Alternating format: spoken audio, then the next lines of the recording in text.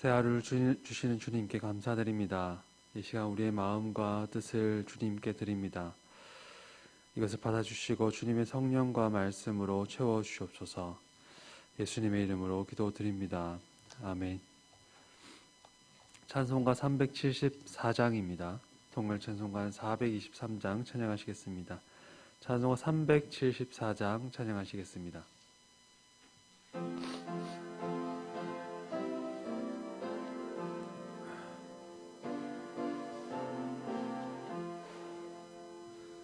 나의 믿음 약할 때에 주가 붙드네.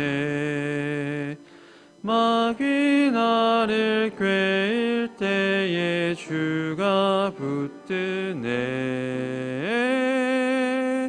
나를 붙드네. 나를 붙드네. 사랑하는 나의 주 나를 붙드네.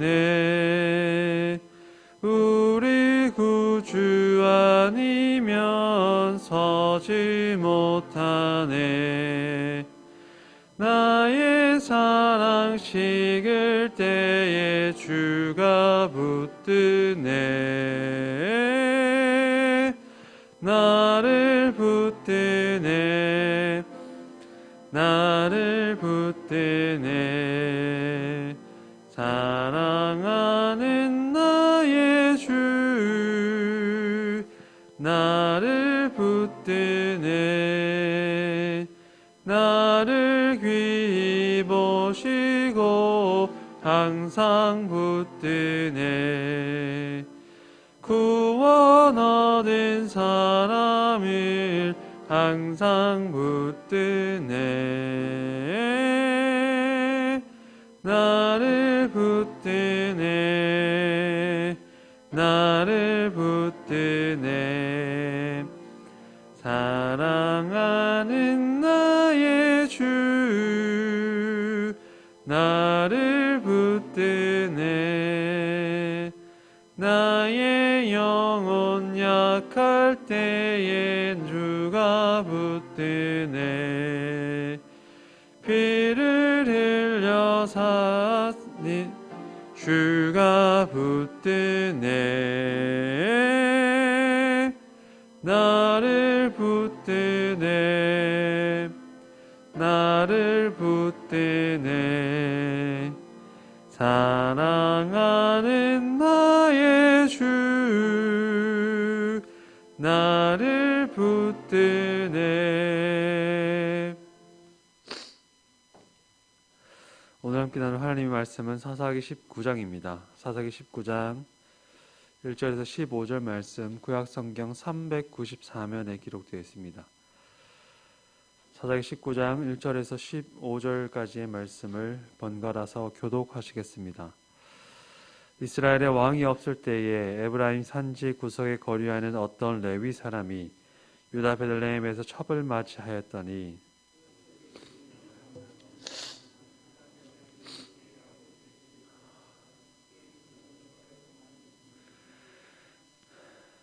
그의 남편이 그 여자에게 다정하게 말하고 그를 데려오고자 하여 하인 한 사람과 나귀 두 마리를 데리고 그에게로 가매 여자가 그를 인도하여 아버지의 집에 들어가니 그 여자의 아버지가 그를 보고 기뻐하니라.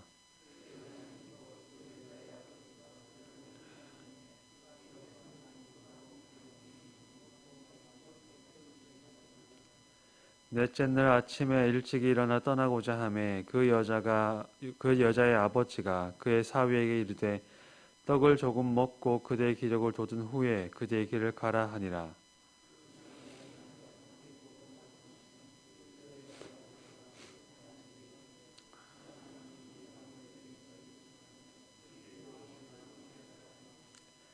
그 사람이 일어나서 가고자 하되 그의 장인의 간청으로 거기서 다시 유숙하더니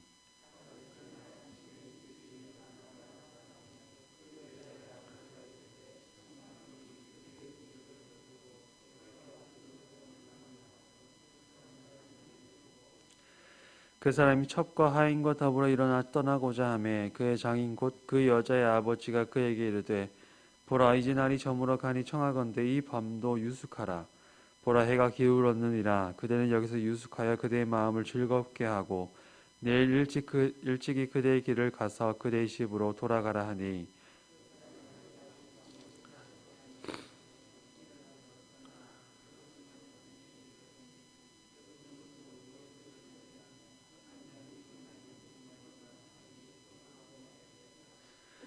그들이 여부스에 가까이 갔을 때에 해가 지니라 하는지라. 종이 주인에게 이르되 청하건대 우리가 돌이켜 여부스 사람의 이 성읍에 들어가서 유숙하십시다 하니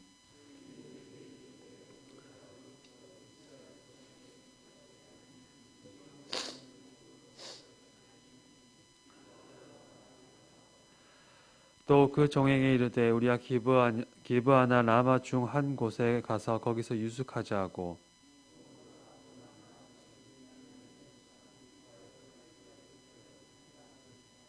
기브아에 가서 유숙하려고 그리로 돌아 들어가서 성읍 넓은 거리에 앉아 있으나 그를 집으로 영접하여 유숙하게 하는 자가 없었더라.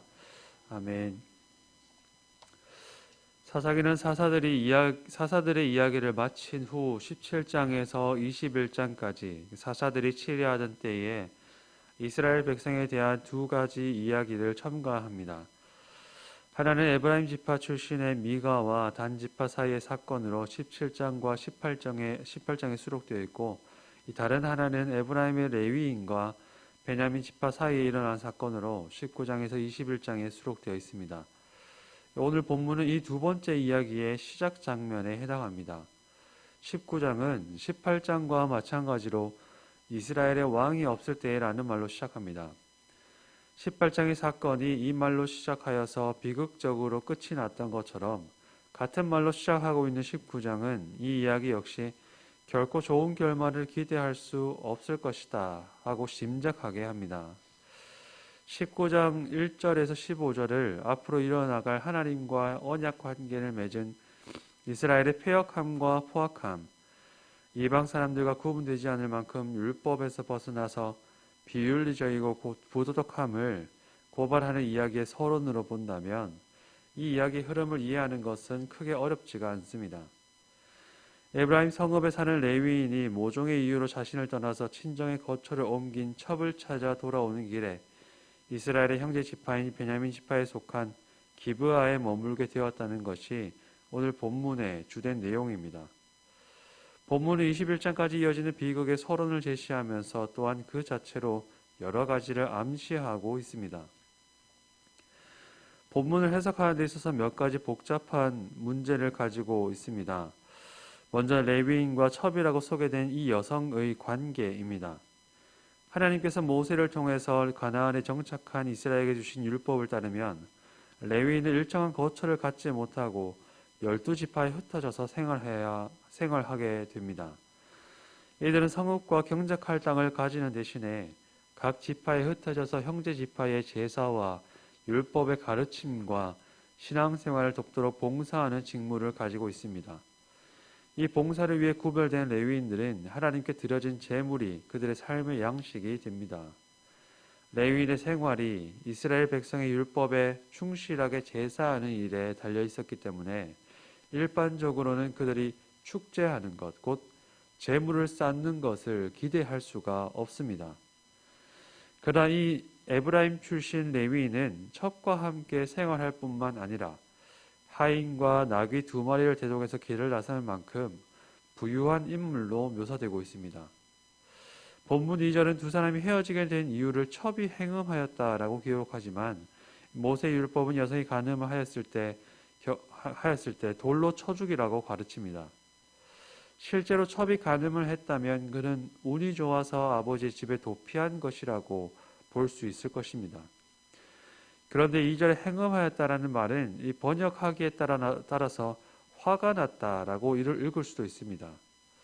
첩이 화가 나서 남편을 떠났다라고 읽게 되면 두 사람이 별거를 하게 된 이유가 첩이 아닌 이 레위인, 하나님께 봉사하기 위해 세워진 레위인에게 있다라고 읽을 수 있게 됩니다. 그 경우에 2절과 3절의 이야기를 더욱 매끄럽게 읽어나갈 수가 있습니다. 레위인은 아내가 떠난 지 넉 달이 되지 않도록 아무런 행동을 하지 않을 만큼 무심하고 부정한 사람이어서 아내를 다시 데리러 오기 위해 다정하게 말할 필요가 있는 사람, 그렇게 이해할 수 있는 것입니다.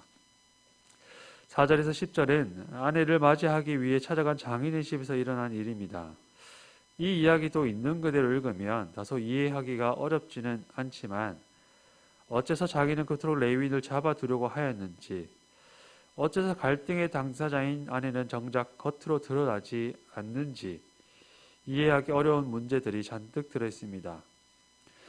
고대의 문헌에 비해서 사사기가 여성을 적극적이고 긍정적으로 전면에 그리고 있다는 점을 고려하면 이 사사기의 기록자가 아내를 지어낸 듯한 이 장면은 가부장적인 고대 사회에서 아버지와 남편의 대화만을 기록하면서 그 사회의 기득권을 강조하고 있는 것처럼 보입니다. 사사기의 저자는 앞으로 있을 이야기 속에서 이 기득권이 결코 정의롭지도 올바르지도 않음을 보여줍니다. 이 여성, 곧 레위인의 아내는 불의한 기득권에 의해 희생당하고 지워진 존재로 묘사되고 있습니다. 10절에서 15절은 자기네 집을 떠나서 에브라임 산지로 돌아가는 길에 들린 이 베냐민 지파의 기브아에서 일어난 일을 다루고 있습니다. 레위인의 종은 예루살렘에서 하루 머물 것을 제안하지만 그 당시 예루살렘은 이방인 여부스 족속의 성읍이었기 때문에 레위인은 형제 지파의 성읍이 더 안전하리라 판단하여 이 베냐민 지파의 기브아 성읍으로 발걸음을 옮깁니다. 안전을 위해서 수고를 택하였으나 오히려 그곳에서 뜻밖의 냉대를 경험하게 됩니다. 이 사실은 두 가지 정황에서 불편함을 가져다 줍니다. 하나는 고대 근동에서 나그네에게 환대를 베푸는 것이 의무이자 기본적인 매너, 나아가 내가 환대를 베풀면 다른 이도 나에게 환대를 베풀리라 기대할 수 있는 최소한의 사회 안전망의 의미를 지니고 있었다는 것입니다. 다른 하나는 이스라엘 지파에서 레위인은 기업을 얻지 못한 이들로 율법이 나머지 지파가 레위인을 잘 보살필 것을 명령하고 있다는 것에서 그렇습니다. 곧 베냐민 지파는 사회 통념상으로도 무정할 뿐 아니라 공동의 선을 해치고 있었고 하나님의 백성으로서 율법에 비추어 보아도 하나님께 신실함을 찾아볼 수 없는 비정한 사람들이었음이 이 짧은 단락에서 드러나고 있습니다. 사사기라는 책의 이 마지막 사건으로 기록된 레위인과 베냐민 지파 사이의 사건은 왕이 없을 때, 그리하여 사람들이 제 속에 오른 대로 행하던 시기에 사람들이 어디까지 타락할 수 있는지를 적나라하게 보여줍니다. 이미 그 시작에서 우리는 하나님과 언약의 관계에 놓인 사람들에게 하나님의 말씀이 얼마나 철저하게 외면되어 왔는지 확인할 수가 있습니다. 1절에서 15절은 부조리함을 직접 묘사하지는 않지만 우리는 본문을 찬찬히 읽으면서 내지는 불편함을 느낍니다. 하나님과의 언약에 신실하지 못한 사람들, 하나님의 말씀을 멀리하는 사람들에게서 보이는 무정함, 자기중심적인 태도, 하나님 없이 삶의 기득권을 가지고 살아가는 모습, 그 가운데서 다른 사람의 인격과 주체성을 삶의 자리에서 지워내는 배타성, 특히 이러한 일련의 묘사가 공동체의 제사와 율법의 가르침을 위해 선별된 레위인을 중심으로 이어진다는 사실에서 느끼는 부조리함이 우리를 더욱 불편하게 만듭니다. 사실 이런 모습은 오늘 교회에도 여과 없이 적용될 수가 있습니다. 왕이 없을 때, 그래서 사람들이 제 소견에 옳은 대로 해가는 것은 죄인의 특징입니다. 말로 다 담아낼 수 없고 표현할 수 없는 부조리함, 불편함이 오늘날 교회를 통해서, 교회 안에서 혹은 교회임에도 불구하고 경험하고 있다면 우리는 사사가 다스리던 때를 목도하고 있음을 시사합니다. 오늘도 하나님께서 주신 새 하루를 살아가시는 모든 성도님들께 하나님이 왕이 되시고 그 속에 하나님의 말씀이 자리하실 수 있기를 축복합니다. 예수를 주님으로 십자가에 달리신 예수를 하나님의 기름 부음 받은 이 곧 그리스도를 믿는 이들이 그리스도인이라는 사실을 기억하실 때 우리 안에 더욱 예수의 주 되심을 고백하는 믿음으로 살아가실 수 있기를 주님의 이름으로 축복합니다. 함께 기도하시겠습니다. 주님, 사사시대에 하나님의 말씀을 상실한 이들의 이야기를 읽으며 우리 자신의 믿음을 돌아봅니다. 그 속에 말씀이 없어 자기 소견만 쫓아가던 이들의 이야기를 읽으며 우리의 삶을 돌아봅니다. 우리 안에 정한 마음을 새롭게 창조하시고 하나님의 말씀을 더욱 사모하는 겸손한 마음을 허락하여 주옵소서. 겸손하게 귀 기울여 듣고 순종하는 것이 순양의 기름보다 낫다 하신 주님의 마음을 항상 기억하여 말씀을 쫓는 우리가 될 수 있도록 인도하여 주시옵소서. 예수님의 이름으로 기도드립니다. 아멘. 하늘에 계신 우리 아버지, 아버지의 이름을 거룩하게 하시며 아버지의 나라가 오게 하시며 아버지 뜻이 하늘에서와 같이 땅에서도 이루어지게 하소서. 오늘 우리에게 일용할 양식을 주시고 우리가 우리에게 잘못한 사람을 용서하여 준 것 같이 우리 죄를 용서하여 주시고 우리를 시험에 빠지지 않게 하시고 악에서 구하소서. 나라와 권능과 영광이 영원히 아버지의 것입니다. 아멘. 이 시간 기도하실 때 우리 주변에 어려움 당하신 교우들과 또 환우들을 위해서 중보 기도해 주시기를 부탁드립니다. 특별히 고3 학생들이 지금 입시 가운데 있습니다. 또 이제 수시 원서를 접수하고 또 곧 있으면 정시를 준비하게 될 건데 믿음으로 잘 끝까지 마무리할 수 있도록 하나님의 인도를 따라서 믿음으로 잘 이겨낼 수 있도록 또 믿음 가운데 위로받고 격려받을 수 있도록 기도하여 주시고 또 예천교회의 예배의 회복과 또 예배하는 성도들의 믿음의 회복을 위해서 함께 기도해 주시기를 부탁드립니다. 함께 기도하시겠습니다.